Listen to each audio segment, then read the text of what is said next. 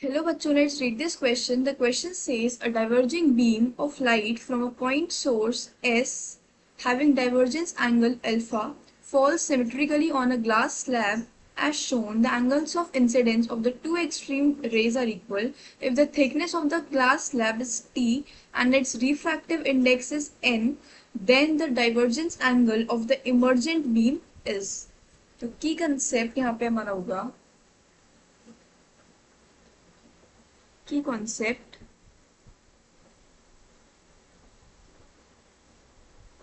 यहाँ पे हम लगाएंगे स्नेल्स लॉ।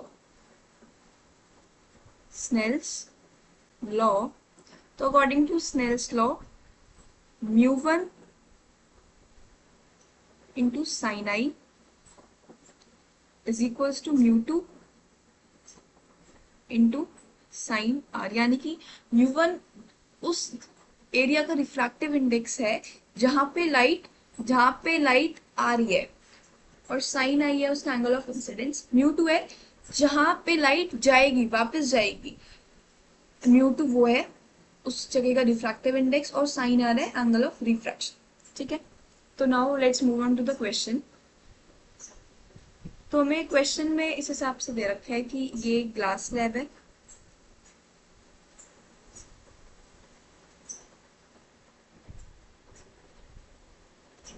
ये क्या है हमारी ग्लास स्लैब। ठीक है, अब थिकनेस इसकी क्या है, थिकनेस इसकी टी दे रखी है। इसका रिफ्रैक्टिव इंडेक्स हमें एन दे रखा है। यहाँ पे एक पॉइंट सोर्स है एस, यहाँ पे लाइट फॉल कर रही है। ये है हमारा एंगल ऑफ, ये आई ये है, ये भी क्या है हमारा एंगल ऑफ इंसिडेंस आई, ये है हमारा एल्फा। ठीक है, नाउ अगर हम यहां से देखते हैं तो पूरा एंगल एल्फा है, यानी कि जो ये आधा एंगल होगा, ये दोनों ये कितने कितने के होंगे, ये होंगे एल्फा बाई 2, और ये भी कितने का होगा, एल्फा बाई 2 का ही होगा। ठीक है, नाउ अगर हम यहाँ से देखें तो ऑल्टरनेट इंटीरियर एंगल्स की वजह से जो हमारा ये वाला आई है, आई किसके इक्वल हो जाएगा, एल्फा बाई 2 के इक्वल हो जाएगा।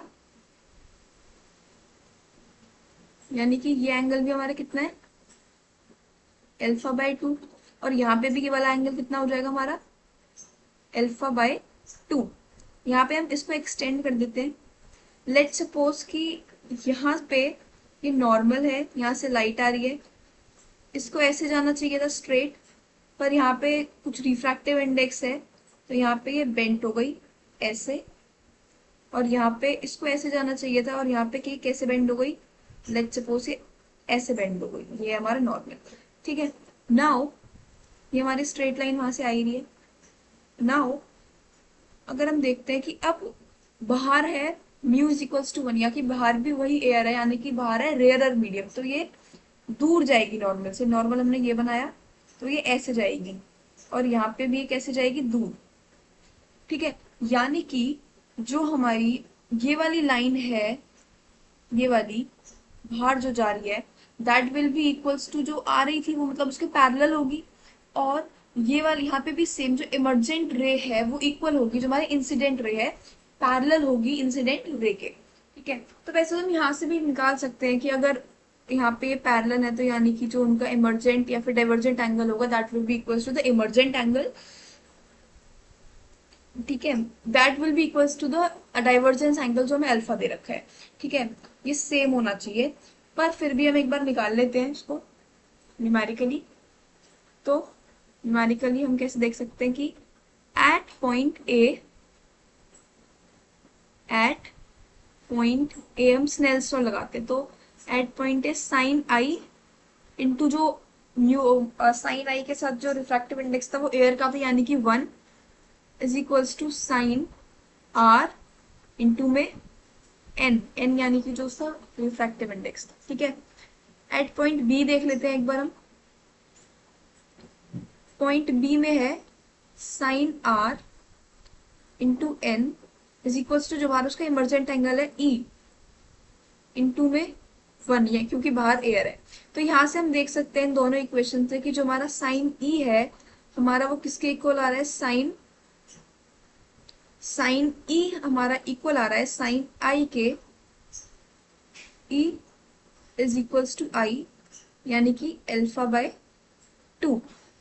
ठीक है, तो ये अल्फा बाय 2 हो गया, यानी कि जो हमारा ये वाला एंगल है ई, ये कितने का हो गया हमारा, अल्फा बाय 2। ठीक है, यानी कि ये वाला एंगल भी हमारा कितने का हो गया, अल्फा बाय 2। और ये वाला एंगल भी हमारा अगर यहाँ से देखें तो ये भी हमारा क्या हो जाएगा, इमरजेंट एंगल अल्फा बाय 2, यानी कि ये वाला एंगल भी हमारा कितना हो जाएगा, अल्फा बाय 2। तो अगर हम दोनों को ऐड करते हैं, सो हमें निकालना क्या है, हमें निकालना है divergence angle of the emergent beam. So divergence angle of the